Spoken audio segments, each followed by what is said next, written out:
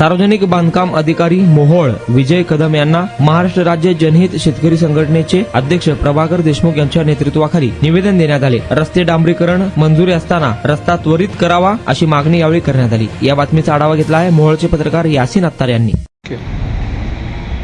मी महाराष्ट्र राज्य जनहित शेतकरी संघटना संस्थापक अध्यक्ष प्रभाकर भैया देशमुख। माझ्या या मोहोळ तालुक्यातले सहाय्यक कार्यकारी अभियंता अतिशय कर्तव्यदक्ष आहेत विजय कदम साहेब, त्यांचं मी कौतुक करतो। गेल्या 3 महिन्यापूर्वी मी येवती पेनूर तांबडा मार्गे हिवरे डांबरीकरणाचा रस्ता त्या कामाला मंजुरी असताना तो रस्ता का रखडत पडलेला आहे। तेथील नागरिकांना नाहक त्रास होतोय, कुणाचे हातपाय मोडलेत, कुणाचे जीव गेलेत।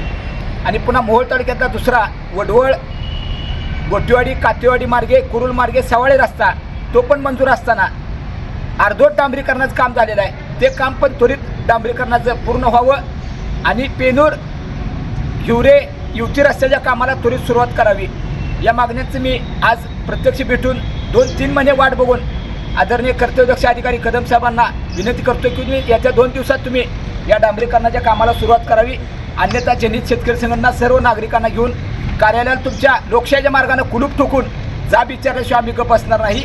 आणि पाटकुल पाटीपासून तर ते पाटकुल टाकळीपर्यंत जे रस्त्यामध्ये खड्डे पडलेले आहेत मोठमोठे, त्याच्यामुळं उसाचे ट्रॅक्टर जातात, ट्रॅक्टर पलटी होऊन शेतकऱ्यांना विनाकारण ते मोळ्या भरायला पैसे द्यावे लागतात। त्या पण रस्त्याच्या कामाला 2 दिवसात सुरुवात करावं त्यांनी स्वतः पवार साहेबाला बोललो असं सांगितलं संबंधित ठेकेदाराला।